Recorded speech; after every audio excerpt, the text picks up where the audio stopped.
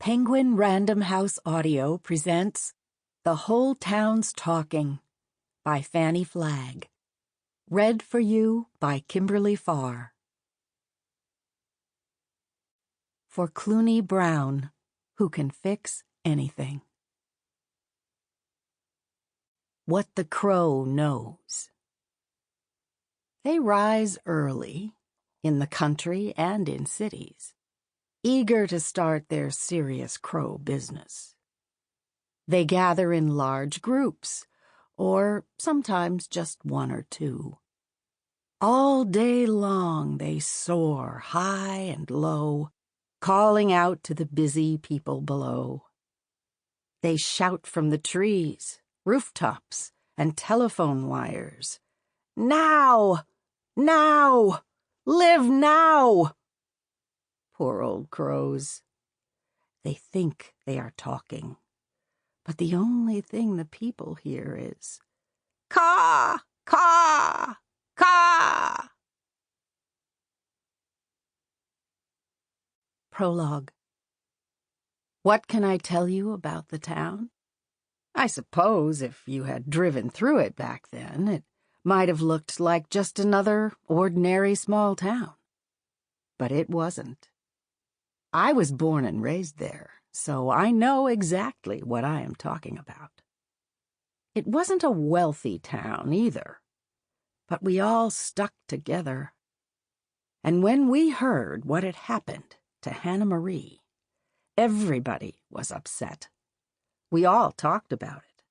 Everybody vowed to do something about it. But never, in our wildest dreams, would anybody have guessed who would actually be the one to do it. Or, more importantly, how they would do it. But to tell you any more at this point might spoil the surprise. And who doesn't like a good surprise? I know I do. A friend. And so it begins. Lordor Nordstrom, 1889, Missouri, USA. At age 28, Lordor Nordstrom had left his home in Sweden for America, looking for land to buy. Months later, while crossing down through southern Missouri, he found a large tract of good, rich land with plenty of natural springs, just right for a dairy farm. After he had cleared an area for his farm, he placed an ad in the Swedish-American newspapers for young farmers to come and start a new community, and soon others joined him, bringing their families and farm animals with them. By 1880, a small farming community had formed that other people in the area called Swedetown, in spite of the fact that 2 Germans and 1 Norwegian, who was suspected of being Finnish, now lived there.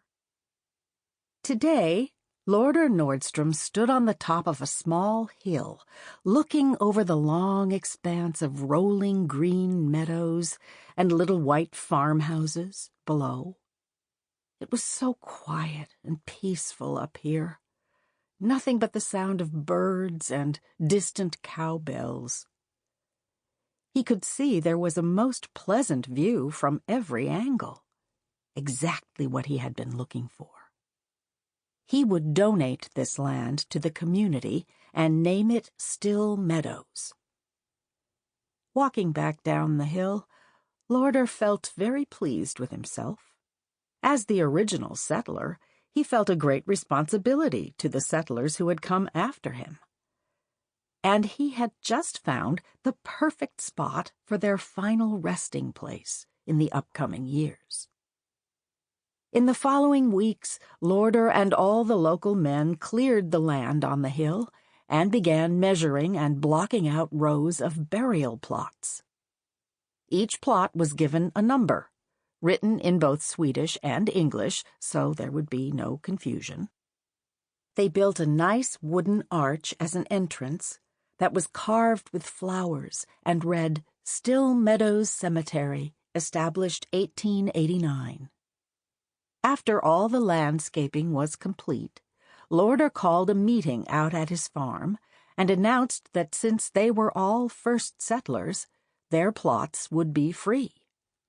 First come, first served, which seemed to Lordor the only fair way to do it. In the future, any newcomers would be charged 50 cents a plot. The following Sunday, all the families packed up their wagons and went up the hill to stake their claim with small sticks. Some, like the Swensons, who hoped to start a large family, staked out an entire row of 20 or more plots to provide for the ones already here and those yet to come. Bertie Swenson was very happy with their choice. She was quite musical and liked hearing the birds and cowbells in the distance. She liked the view as well. She said to her husband, "Look, Lars, you can see our farm and the windmill from here. It will be so nice for the children when they come to visit."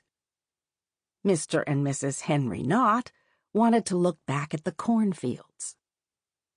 Although the flat area on the top of the hill was rather large, and they could have spread around, most people are creatures of habit. They all tended to pick out spots right next to their neighbors, much as they lived below. Lordor in the middle, under the big oak tree, and everyone else around him. Everybody, that is, except Old Man Henderson, who marched way over to the other side and stuck his stick there. Someone once said that Eustace Henderson liked his mules better than he did people. And he had agreed. Mules are mean, but at least they don't talk your head off when you see them. Later, after everyone had chosen a plot, they sat down for a picnic lunch. Blueberries were in season, so the ladies had made pies.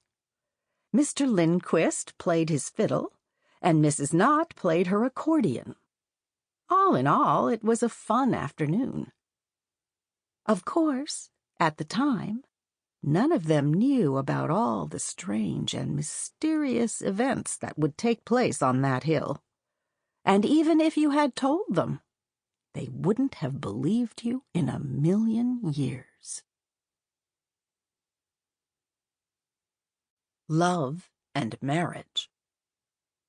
Lordor guessed that preparing a place to spend eternity and trying to figure out how many plots to set aside for himself was what made him think about his future. At the ripe old age of 37, he was still one of the many bachelor farmers living in the area.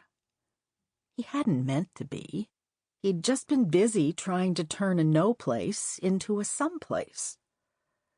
There were 5 married ladies who were always at him to find a nice woman and settle down. But finding a wife was not an easy thing to do. Lordor wasn't against the idea. A few years earlier, and at their insistence, he had tried to meet someone. That spring, he'd had his hair cut by a real barber, purchased a brand-new pair of shoes out of a catalog, and traveled all the way over to the Swedish community of Lindsborg, Kansas. But when he got there, he found out that all the good women were already taken. So Lordor had come back home empty-handed, with nothing but the same new shoes and a good haircut. Swedetown really was in dire need of more women. As it stood now, they couldn't even throw a decent square dance. When they did, all the men had to take turns wearing a white handkerchief tied around their arms to signify that they were now assuming the role of a female partner. And having to dance and hold hands with another grisly, calloused, hard-skinned farmer had a way of making the real women seem a lot more beautiful, softer, and much more delicate than they really were. Their lack of ladies was causing them to lose good workers as well. After dancing with 5-foot-tall, 3-feet-wide Nancy Knott, One young farmhand later told Lordor, Sample complete. Ready to continue?